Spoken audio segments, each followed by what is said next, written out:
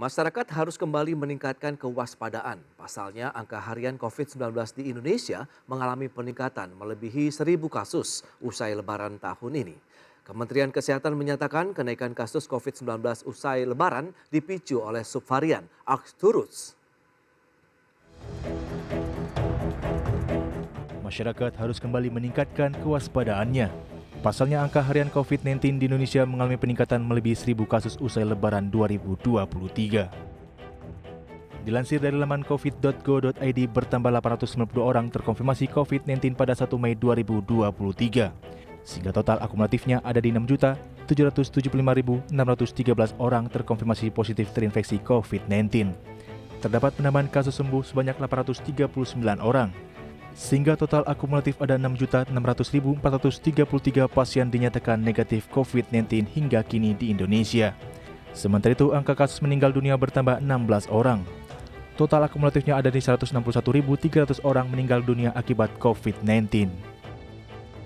Kepala Biro Komunikasi dan Pelayanan Publik Kementerian Kesehatan Siti Nadia Tarmizi mengatakan, kenaikan kasus COVID-19 usai Lebaran 2023 dipicu subvarian Arcturus. Kementerian Kesehatan mengimbau masyarakat untuk meningkatkan kewaspadaan. Apabila hendak berpergian, pastikan tubuh dalam kondisi fit. Selain itu, masyarakat diimbau untuk menggunakan masker jika berada di tempat yang padat atau kerumunan. Sementara itu, juru bicara penanganan COVID-19 Wiku Adhisa Smito mengatakan, saat ini belum cukup informasi dan data untuk menarik kesimpulan ihwal penyebab meningkatnya kasus COVID-19. Dari Jakarta, Tim Liputan IDX Channel. Ya, pemirsa, untuk membahas tema kita hari ini, pasca lebaran kasus positif COVID-19 kembali naik. Sudah tersambung melalui Zoom bersama dengan Bapak Diki Budiman, beliau adalah epidemiolog dari Griffith University Australia. Selamat pagi, Pak Diki. Assalamualaikum, selamat siang waktu Australia. Baik, terima kasih. Waalaikumsalam warahmatullahi wabarakatuh. Pak Diki, langsung saja kita bagaimana evaluasi juga dari kondisi kasus COVID-19 di Indonesia menurut pengamatan Anda sebagai seorang epidemiolog ini. Pak Diki, silakan. Ya, sebagai juga peneliti global security, saya juga mengamati apa yang terjadi pada level global ya saat ini, di mana sebagaimana juga saya sampaikan, kalau 3-4 bulan lalu, Mas Prasetyo dan pemirsa, Omikron itu yang mendominasi. Nah, kemudian ada 600-an lebih turunan dari Omikron yang saat ini sampai saat ini bersirkulasi di dunia. Nah, saat ini itu subvarian XBB, ya, ada XBB 1.15, sekarang ada 1.16, itu yang mendominasi di dunia gitu. Jadi ini udah bukan Omikronnya yang banyak itu sekarang, tapi ini ada turunannya, ya, turunan dari Omikron ini yang disebut dengan XBB, ya, apapun XBB-nya ini yang mendominasi. Nah, dia memiliki kemampuan dua hal yang membuat dia begitu survive ya.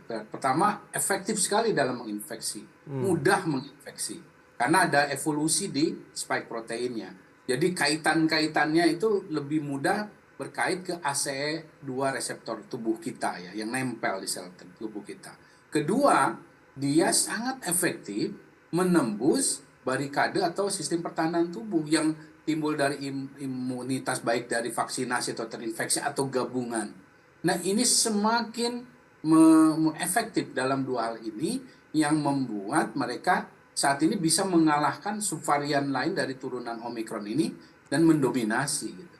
Nah, ini yang kalau kita melihat dalam konteks Indonesia, sekitar 2 atau 1 bulan terakhir ini kita melihat peningkatan yang sangat tinggi dari aktivitas dan mobilitas maupun kerumunan keramaian ya, dalam rangka ada arus balik, arus mudik ataupun konteks liburan yang panjang ini. Nah, ini nggak bisa tidak berpengaruh pada kemudahan sebaran dari si XBB 1.16 ini gitu. Itu Mas Prasetyo. Subvarian Arcturus atau XBB 1.16 ini kalau memang Anda katakan turunan sekian begitu daripada Omikron, dan seberapa besar sih bahaya kalau bisa dikatakan seperti itu yang perlu dicermati dan diperhatikan juga oleh masyarakat saat ini? Saya ingin mengingatkan ya bahwa evolusi dari virus penyebab COVID ini dan sekarang adalah turunan dari Omicron ini bukan menjadi makin lemah. Ini harus difahami oleh publik ya. Oke. Termasuk oleh pengambil kebijakan. Dia tidak melemah, dia tidak juga menjadi makin berkurang sebetulnya. Dia semakin efektif tadi. Nah, ini kalau misalnya XBB ini hadir di tengah gelombang waktu Delta dulu atau Alpha sekalipun, itu akan lebih banyak orang masuk rumah sakit, lebih banyak orang meninggal. Ini menggambarkan kemampuan dia yang jauh lebih daripada Delta sebetulnya. Oke. Hanya sekarang modal imunitas kita di masyarakat sudah jauh lebih baik, lebih dari 90% punya antibody gitu. Walaupun itu tidaklah melindungi mereka dari terinfeksi. Iya. Mereka seperti yang sekarang kita lihat nih, berkerumun, tidak memakai masker, mereka bisa terinfeksi dan membawa virus itu meskipun gejalanya ringan atau tidak bergejala. Nah, yang harus diperhatikan di antara kita ini, di masyarakat kita masih ada sekelompok masyarakat atau populasi yang masuk kategori berisiko tinggi. Nah, untuk mereka dampak dari XBB ini akan sangat serius karena kalau kita merujuk pada data di India saat ini yang baru saja keluar dari risetnya adalah kematiannya, angka case fatality rate-nya namanya, untuk sementara tapi ini ya, untuk XBB.1.16 ini adalah 2,5%. Itu jauh lebih tinggi daripada angka kematian COVID ataupun Omicron secara umum yang masih di 1 sekian persen. Nah, ini saja sudah harus membuat kita waspada. Kedua, angka orang yang masuk rumah sakitnya itu antara 25% sampai 30% dari yang terinfeksi. Ini kalau terjadi di kita, ini akan menjadi beban fasilitas kesehatan. Gitu. Kemudian dari yang masuk rumah sakit itu, Mas Prasetyo, 30% diantaranya atau 1 dari 3 yang terinfeksi itu membutuhkan bantuan oksigen. Nah, dengan data seperti ini, kita sekali lagi saya sampaikan beberapa pekan terakhir kita nggak boleh anggap remeh kalau bicara XBB ini. Apapun ya XBB-nya, bukan saya tidak hanya mengingatkan XBB 1.16 tapi XBB 1.15 bahkan mungkin nanti ada XBB 1.19 dan lain sebagainya. Nah, ini karena XBB ini yang menurut saya punya potensi cukup serius.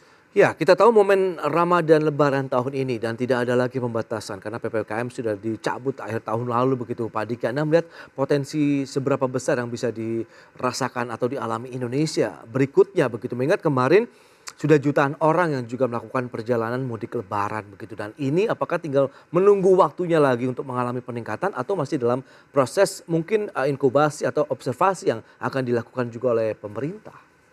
Ya, ini bedanya dengan 3 tahun pertama pandemi kita, saat ini kita nggak akan melihat gelombang, puncak gelombang besar itu enggak. Tapi ini bicara pasang ya, saya ingin menganalogikannya. Pasang itu artinya permukaan laut kita tuh udah makin tinggi, permukaan airnya tuh udah makin tinggi. Artinya permukaan orang-orang ya, baseline ya, orang-orang yang sakit ini udah makin banyak gitu. Makin tinggi. Nah, artinya kalau yang ada disebut peningkatan kasus itu dia selain puncak gunung es, dia adalah representasi dari kelompok yang paling berisiko. Tapi di luar itu berbeda dengan sebelumnya ya, kalau di luar itu adalah kita nggak terinfeksi.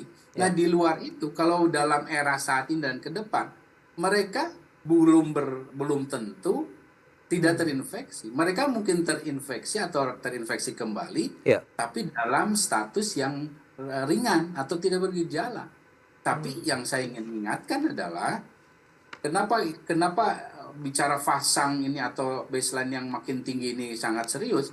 Karena mereka yang terinfeksi tidak menyadari statusnya, ini berpotensi kalau dia lebih dari 2, apalagi lebih dari 3 kali terinfeksi, dia akan mengalami penurunan kualitas kesehatan.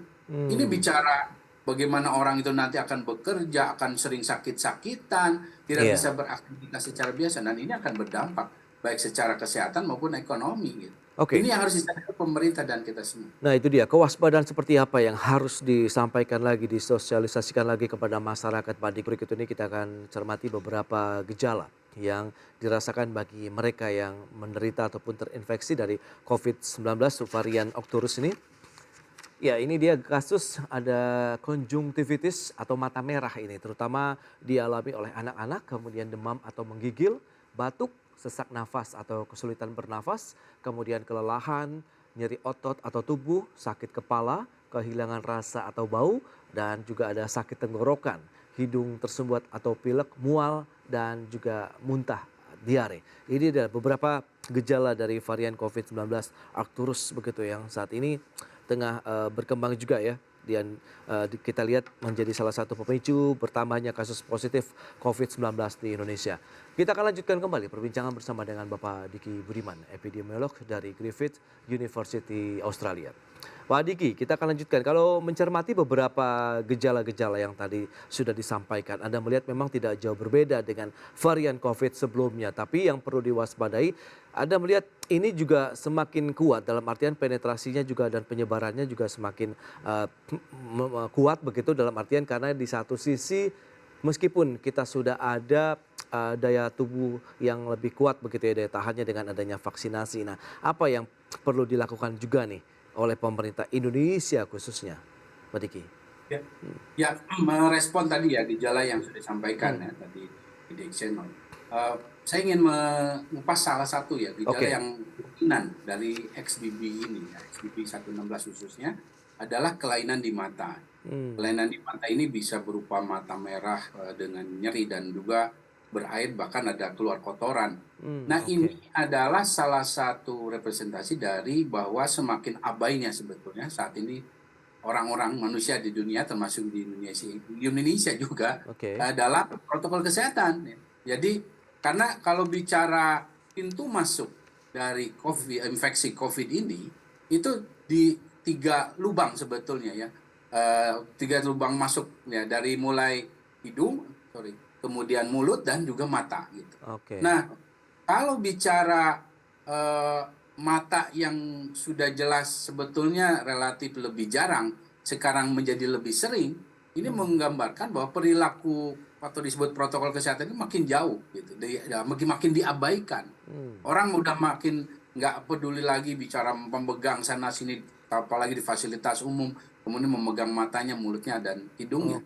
Nah, karena itu sebetulnya sudah menunjukkan karena mata itu salah satu yang relatif lebih tentu lebih kalau bicara apalagi ini bicara infeksi saluran nafas harusnya menjadi pintu terakhir yang masuk lah gitu. Nah sekarang menjadi dominan. Ini menggambarkan sekali lagi kita nggak bisa anggap remeh ya dalam artian menerapkan protokol kesehatan, menerapkan perilaku. Sebetulnya bicara protokol kesehatan adalah satu upaya perilaku yang sudah harus jadi bagian gitu. Jangan dianggap ya saya ini pandeminya sudah berakhir saya nggak akan pakai masker lagi.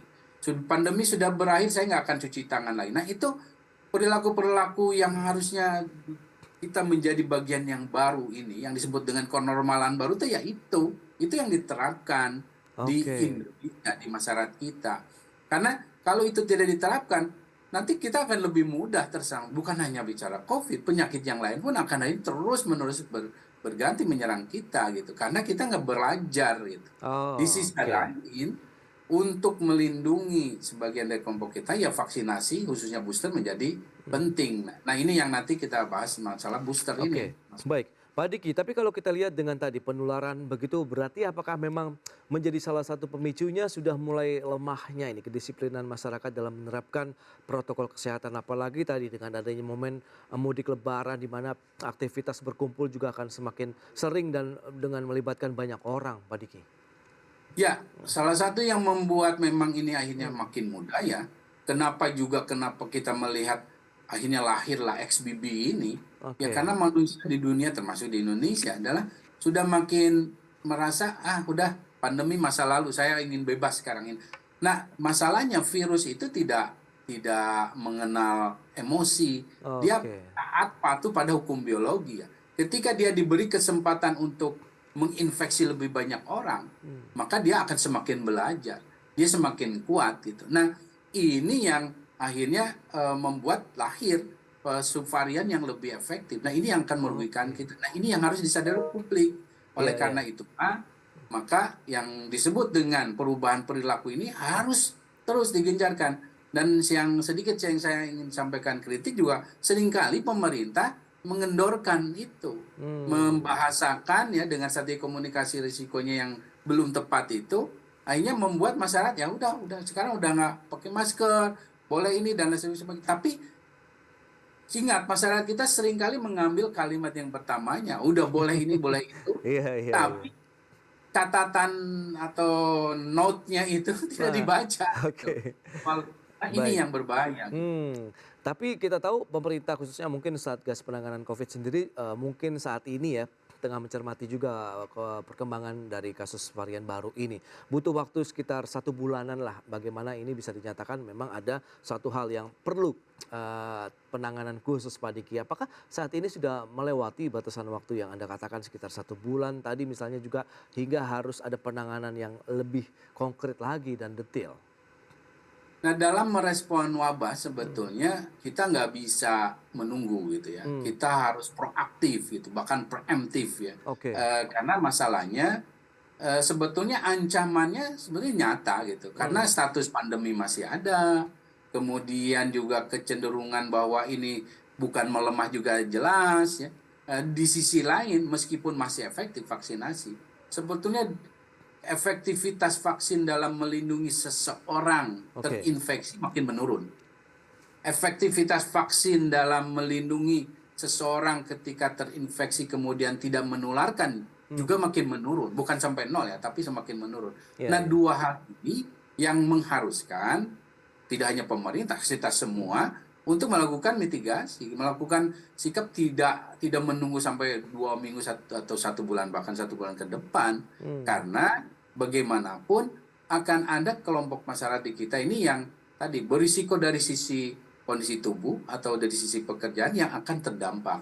Oke. Mereka ini yang akan jadi korban dalam artian mengalami fatalitas, kematian ataupun masuk rumah sakit. Oke, dan lagi-lagi berarti vaksinasi kembali lagi menjadi game changer ini dalam menghadapi COVID-19 di Indonesia maupun global. Pak Diki, ini menarik. Berarti lagi-lagi game changernya untuk COVID-19 masih dari vaksinasi yang harus digencarkan kembali. Anda melihat apakah ini benar-benar menjadi suatu hal ataupun langkah yang efektif dan efisien?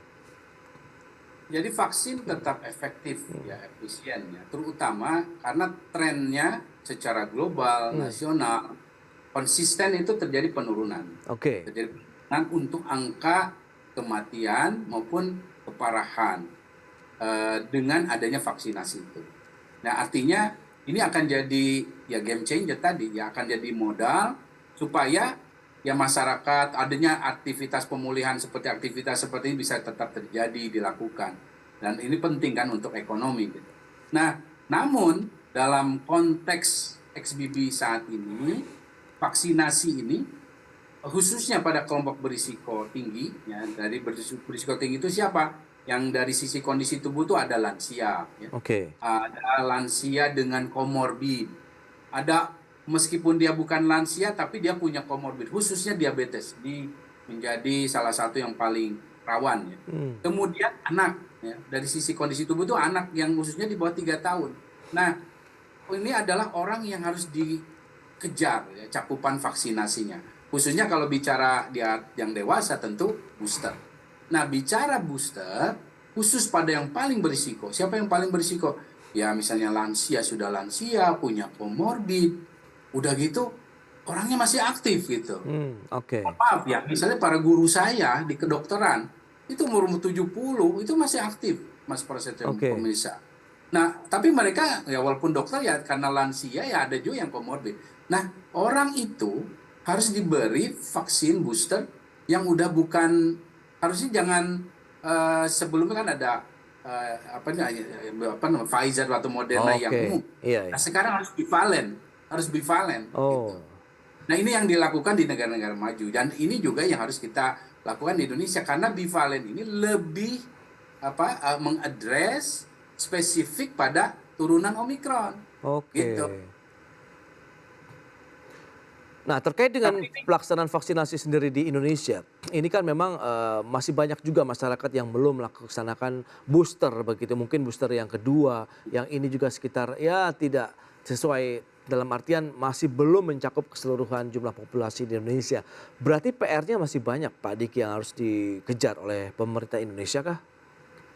Cukup banyak ya, Hmm. walaupun tidak sebanyak sebelumnya, tapi Hmm. khususnya pada kelompok berisiko. Hanya ingin saya sampaikan ya, sebagaimana juga saya sudah memberikan masukan pada WHO beberapa bulan lalu bahwa Oke. jadi jangan menganggap juga masyarakat, wah saya tiap berapa bulan nih harus divaksin ya. Enggak. Hmm. Masyarakat umum saat ini yang dalam kategori tidak berisiko tinggi, dia nggak mesti harus booster. Nggak mesti. Asalkan dia sudah memenuhi, katakanlah 3, kalau bicara Pfizer atau Moderna ya 3 dosis. Ya. Iya. Dia sudah mendapatkan itu. Nah setelahnya, ya dia nggak punya keharusan untuk di booster. Tapi kalau dia itu masuk kategori berisiko tinggi yang seperti saya sampaikan tadi, dia harus di booster setidaknya di ulangan per tahun ya, atau annual ya, setiap tahun, dengan booster vaksin yang tadi saya sampaikan bivalen, itu yang paling saya rekomendasikan. Nah tapi kalau yang sisanya, kalau masyarakat kecuali dia mau misalnya, wah saya jadi aktif nih, mau keluar negeri ke sana sini, ya sebaiknya di booster ya. Itu yang. Tapi kalau di dalam negeri aktivitasnya ya katakanlah normal ya, ya tidak ada keharusan. Hanya yang menjadi benteng berikutnya adalah di protokol kesehatan itu. Oke. Masalah masker, masalah tetapnya 5M sebetulnya, Iya, tapi iya. ya nggak seperti seketat sebelumnya gitu. Iya, tapi kalau dilihat dari kedisiplinan masyarakat sejauh ini yang sudah banyak yang menanggalkan masker pada saat mungkin bepergian, berkumpul bersama, Anda melihat ini perlu ada lagi tidak sih tindakan dari pemerintah sendiri bahwa memang ini menjadi suatu kenormalan baru yang harus dilakukan masyarakat begitu? Ya saya sih menganjurkannya bahkan sebelum harus mudik dan balik ya, Oke. bahwa kalau bicara masker harusnya dijadikan kewajiban di Hmm. fasilitas umum. Masker ya, karena Ya. masker itu efektif, mudah, murah gitu. Iya, iya. Jadi harusnya itu terus sampai kapan? Sampai era yang kita khawatirkan ya, terutama XBB ini bisa kita tangan. Kan kalau masker kan sebetulnya relatif lah dibandingkan tes segala macam, kan itu relatif lebih murah, mudah gitu. Nah Oke. ini yang saya sangat anjurkan ya. Selain juga sekali lagi literasi ya, ini harus terus dibangun, terutama bahwa kita harus sudah menyadari kalau kita sakit, Iya. batuk pilek, ya jangan memaksakan diri beraktivitas. Di sisi lain pemberi kerja atau kantornya juga harus punya regulasi itu untuk melindungi bukan hanya pekerjanya tapi pekerja yang sakit itu, tapi yang lain gitu. Oke. Aktivitas pekerjaan dia juga bisa terus berjalan. Nah ini yang harus dibangun. Dan terakhir di sisi lain adalah kita harus ingat ya bahwa penyakit yang berpotensi wabah itu umumnya kan yang menular melalui udara. Oke. Maka penguatan kualitas kesehatan udara itu menjadi besar perannya dan penting gitu.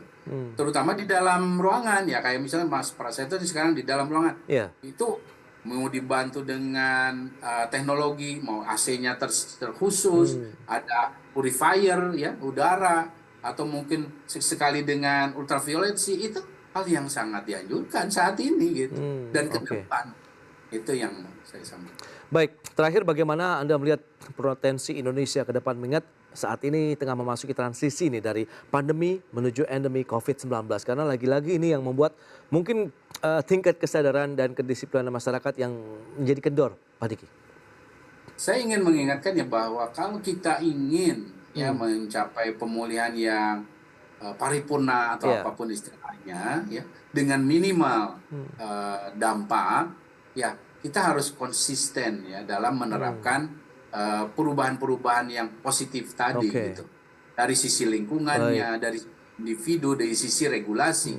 Nah itu yang akan mengantarkan masa transisi ini secara smooth gitu, tidak banyak dampak, tidak banyak gejolak gitu. Walaupun gejolaknya memang makin kecil, Iya. tapi bukan tidak mungkin, saya ingin sampaikan, bukan tidak mungkin kalau nanti lahir varian yang jauh lebih hebat, kombinasi Delta dengan XBB dan lain sebagainya, Iya. ya kita akan doom ya, kita akan celaka gitu. Nah ini hanya bisa kita lakukan dengan tadi mitigasi tadi. Nah ini yang saya kira penting, dan sekali lagi memasuki fase endemi sekalipun itulah bukanlah kabar dalam artian sangat baik, karena itu sebetulnya juga situasi yang rawan juga gitu. Jadi Oke. harusnya yang kita tuju adalah terkendali.